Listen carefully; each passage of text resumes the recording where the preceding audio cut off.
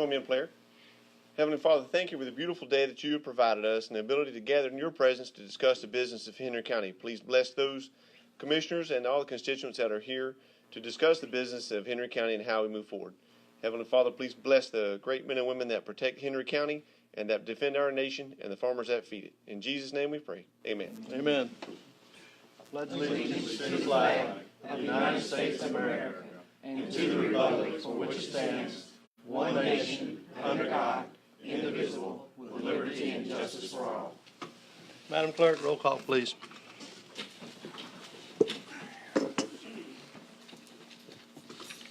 This is a regular meeting of the Henry County Board of County Commissioners being held on Tuesday, August 14, 2018 at 5 p.m. in the City Commission Chambers in Lewiston, Florida.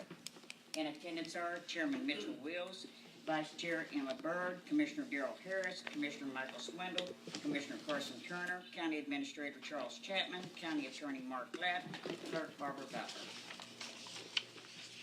Butler. Thank you, ma'am. The first thing on the agenda tonight is bids. Mr. Chair, if I might ask the board to indulge staff, there are 3 items that are interrelated to bid number HCBOCC 2018-01 for the medical, dental, vision, life insurance. We would like to ask the board to consolidate all 3 items so that we can take them in quick succession.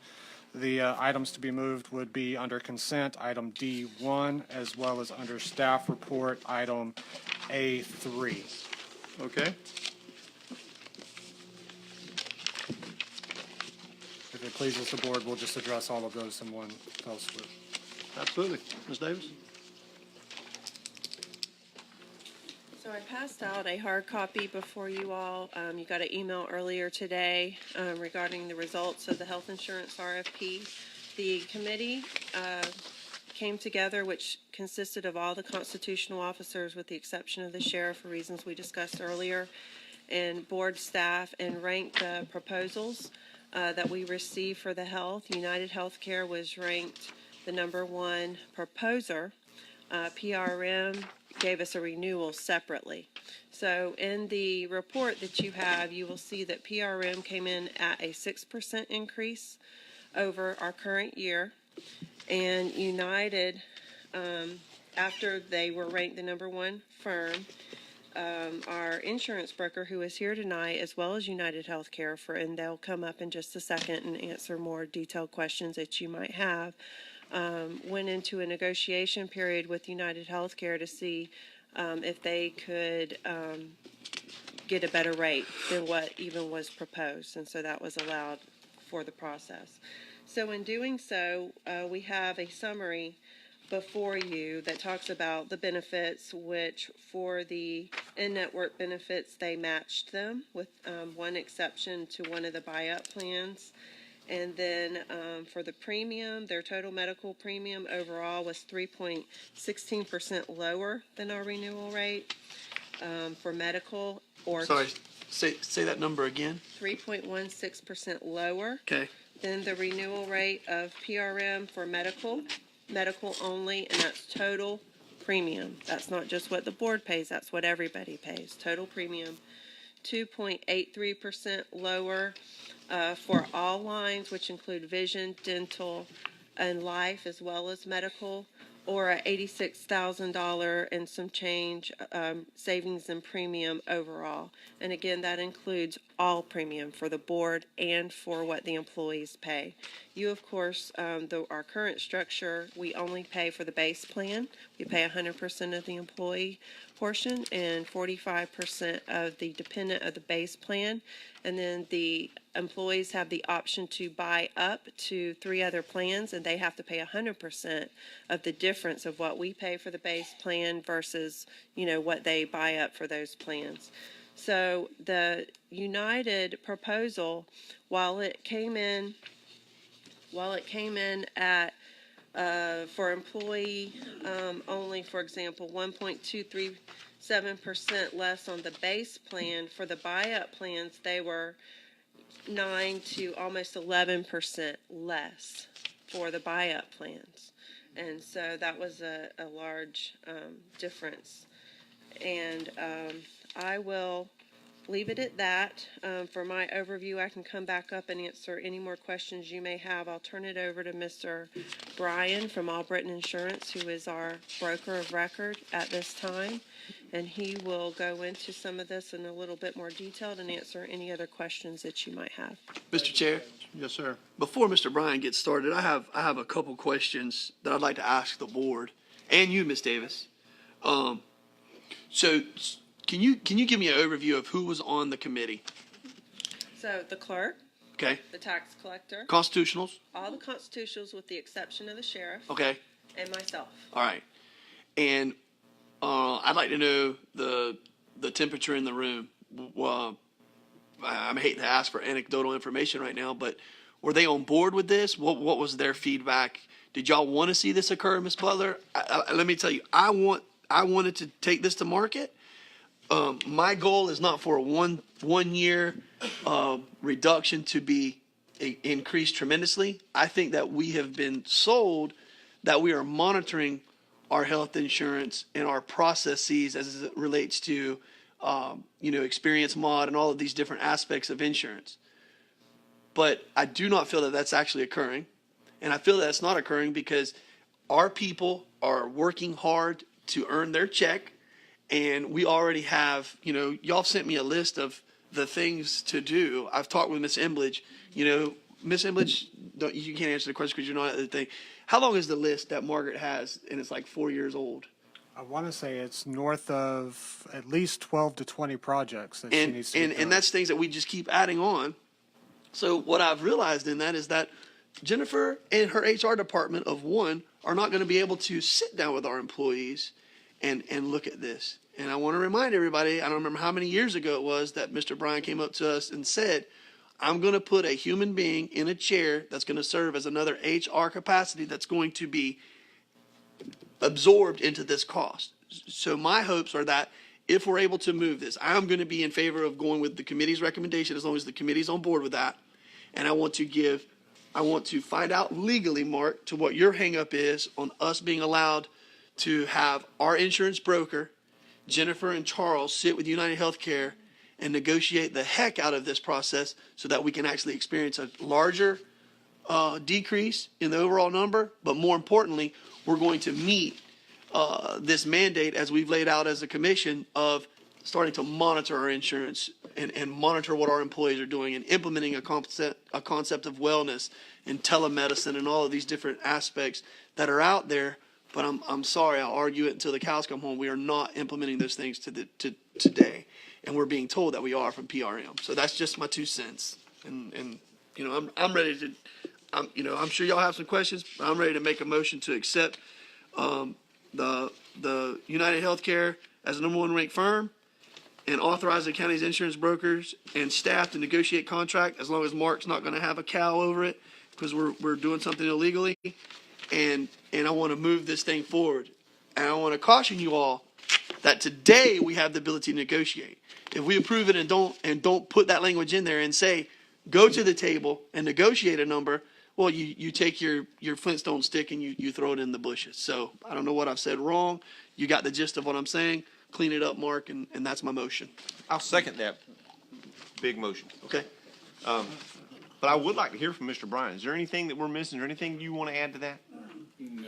No, sir. I would like to say, though, that I think Mr. Lapp is comfortable with. We did get clearance to talk with United yesterday afternoon, and we've engaged them and able to lower the numbers down pretty good.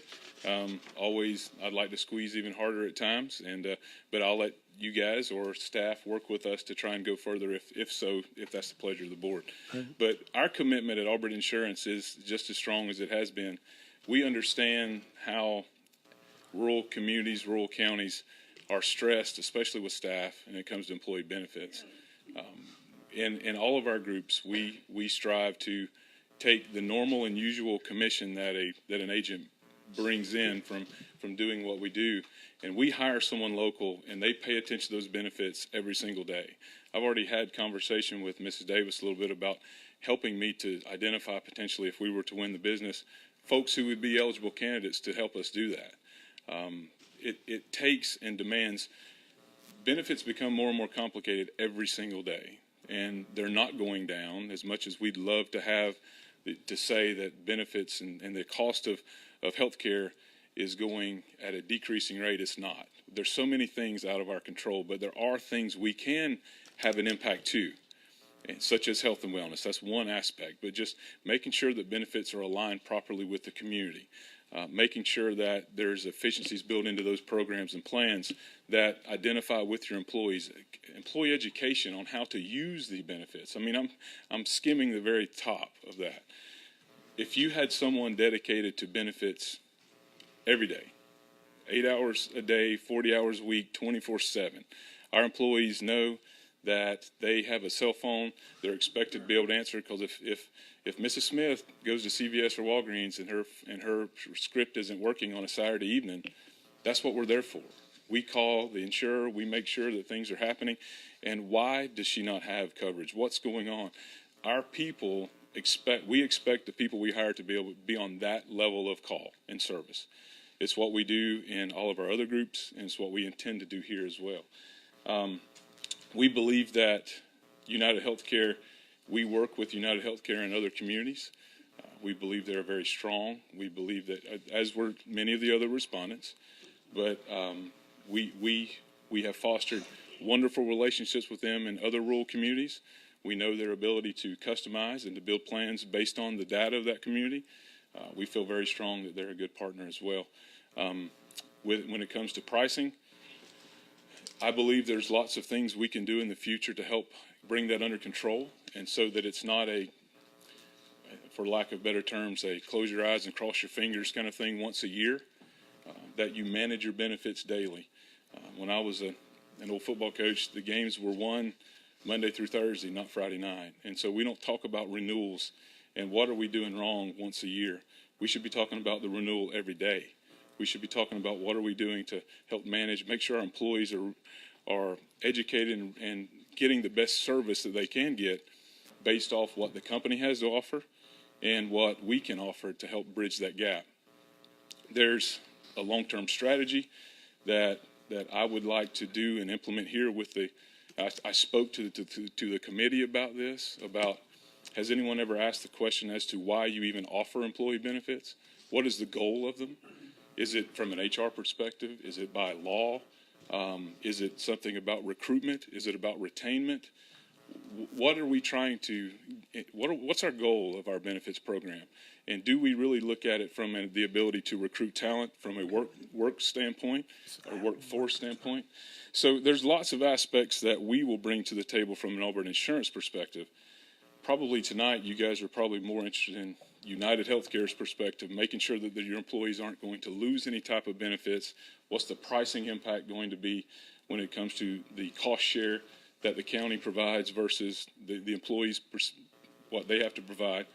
And so we're here to answer. I think you guys may have a summary of what we've kind of put together. If there's any questions regarding that, but Commissioner Turner, we have been able to engage briefly. Okay. And so I do believe United has made good on everything that in their clarification interview that they said they would. We've just been able to put some numbers to that, and and I think, right, Ms. Davis, that they have a copy of those rates and what that is. Mr. Bryan. Yes, ma'am. Yes, sir. I am very excited and thrilled with the fact that we're able to realize a reduction in the insurance. What can be done for next year and the year after, so that we're not making this switch and committing to this, and the next year it's begins to rise back to where we are or not higher. What can we legally do or professionally do or contractually do to maintain the lower rates? Well, I think there's several things. First of all, I think we have to identify what the district or what the county's goals are of their employee benefits.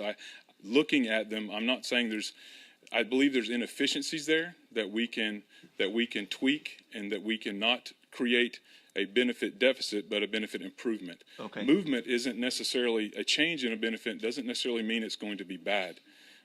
It could be just placed in a better position so that a better fit is made with the group. I don't represent the incumbent, so I don't know for sure exactly how their program works, but I know that with United Healthcare and with a fully insured program, you guys have the ability to customize your plans based on the needs of the community and the resources available to the community. You're not having to pick from a plan that's given to all members of a certain group. And I believe that may be more of what you're afforded today. When it comes to being able to offer any types of rate guarantees, the group offered that of United. It may be something you might want to talk about a little bit more. Typically, it's not with a first year coming on board. I wouldn't necessarily believe United would be really in that position because they don't know a lot about your group yet.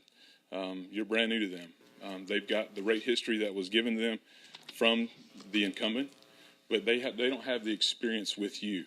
I do believe that's something in the future that would be very easily talked about and potentially negotiated in a renewal type scenario. But I think Mrs. Butler asked during the committee meeting, what could we do to make sure that we're not hammered next year? That's right. That's exactly my question. And I think I responded and with not trying to be arrogant or disrespectful. Your renewal will be what you deserve. And what I believe is true and different than what you potentially could have in the situation today is if you move away and you come to United, your renewal will be based off your actual loss ratio. And there are protections built into that. There are what's called pooling points where there's insurance for the insurance company. If you have a high cost claim that could potentially bankrupt the county, there's protections built into United Healthcare's program, which I explained to the committee in how you're credible to your claims. There's only you're not 100% credible to your claims, which means that you'll be blended a little bit with the state average of the groups your size, which gives you some protections. It also, there's a pooling point, an insurance level of $100,000 built into this program that any claim over that helps to protect you. So if you had a high cost claim, for example, of $200,000 or cancer or a cardiac issue, when the renewal comes around, they back out any claim over $100,000 out of that calculation. So those are programs inside the program that we're offering that would protect you from having outrageous high cost claims issues. But at the same time, if the county had a bad year because they had 4 cancer claims, I don't think you look at it as, yes, our renewal is going to be terrible next year, because it will, but the program that you put in place will have protected those 4 people, and it will be doing what it's set to do. And I don't think there's anyone in here, especially on the committee, that would be upset about understanding why we may be having a larger rate increase when our insurance program protected at the level of what it was supposed to for our employees that had those claims. And so, but it will be what it will be. It won't be any more. And one of the things with me being involved and our office being involved is that we've successfully negotiated many renewals with United Healthcare and helped leverage them down by making them justify their rates. Mr. Chair, he's been talking for 6 minutes. Yeah, it's gonna be performance-based reality. Anyway, sir. just Performance-based. You one perform question. well, you're good, you don't. A couple questions I have real quick. The employees that have the outside different packages, is that gonna still be supported? Would they be able to support them in that as well? Some of them have the AFLAC, some have cancer policies. And will that be something that they'll all be covered? They'll still do the same business? Yes, sir. This is not having anything to do with those. So if Well, those are the in only thing I'm place, saying is, right now, they're afforded that through what we have, and it's not a separate thing they pay. So It's through the cafeteria plan that's separate Right. from I the just the wanna make sure there's PRM. not gonna be a drop It's in- independently elected. They do it on their own fruition. It has nothing Second to thing do. would be providers. Providers are pretty much the same, is that correct? absolutely, yes, sir. And United is here to talk about it as well. Mr. Porter said to the committee that there isn't a hospital in the state that's not in network with United Healthcare. Okay, that was my 2 questions. Okay, what the employees are asking, is everything gonna be equal? Like when they go to the doctor, is the copay gonna be Well, it's the gonna depend on same? which package you buy. Yeah, well, the package they got, they just wanna know if it's gonna be equal. It's actually gonna be better according to the numbers here. Well, I want to hear it from some of these guys. Yes, sir, and I can tell you, I would love for Mr. Good to tell you out of his words from representing United Healthcare, but the intent is to, and he can maybe give you a little bit of the caveats in which we still need to make sure. We weren't given the full plan documents of your current plan. We were given a pretty comprehensive benefit summary, but there are some things that we just don't know, that over the next couple days, if we're awarded, that we need to get to them so they can go through with a fine-tooth comb. And he has stated, along with Mr. Porter, that it is their intent to match all in-network benefits. Okay. Your out-of-network benefits, not necessarily.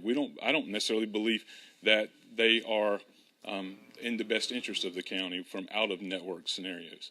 That's the reason I was asking about the providers. I want to make sure that we're not going to have someone and all of a sudden their doctor's no longer a provider. And it could happen. I'm not going to sit here and tell you that it won't happen. But I appreciate you saying that because Right, exactly. you don't have the ability to control that really. Right. But there may be some situations where it's just not applicable. And That's I correct. don't mean to run roughshod in any way, shape, or form. But the reason why I do have so much confidence in this is because we've switched insurance 3 times in my private business, and we didn't know that one time. And I will tell you, it was pretty daggone frustrating whenever our premiums went up and our service went down, and we kind of felt we were blindsided a little bit, you know. So even just acknowledgement that may be a variable that happens out of network, but giving you all the ability to sit with United Healthcare and look at it. Because basically what we gave them, I'm going to assume, is a boilerplate spec for everybody to be able to bid, right? And it didn't have all of the finite details 100%, but it was probably 70, 80% document, I would assume. Closer to 95? Yeah. Yeah. Yeah. There's just little. And so there's just little finite details that they're going to have to work through, but I think you're seeing all of us are in agreement that we want to make sure that those numbers are able to be realized and we're able to pull back as much as possible. Can you give us a little bit of your take on this, Ms. Butler? You was in the meetings and you was part of the pool team there. So, And Mr. how are Chair, you feeling if on I it? could also, I would love to know your thoughts, Ms. Butler, and then I'd like to hear from Ms. Pittman and Ms. Hoots, if at all possible. And I want to hear if you hate something. I want to hear if you're scared to death about something, knowing all the while that I'm going to do everything in my power to lobby the heck out of this board to still move forward with this, but I want to hear what y'all's concerns are, because I haven't had the opportunity to be able to visit with y'all. You only got 3 minutes. Oh, right. Okay. Thanks, Dylan. A lot of my employees are worried about, they've met their deductible for this year. Yeah. Okay.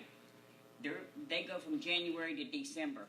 This is supposed to start in October. So they will be missing, that's 3 months that their deductible has already been met. And then are they going to be out of it? Great point. Or is United going to say, okay, we'll honor what you've already had as deductible?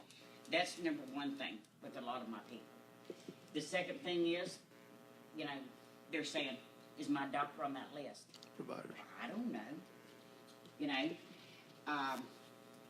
Is it going to cost me more when I go to the doctor?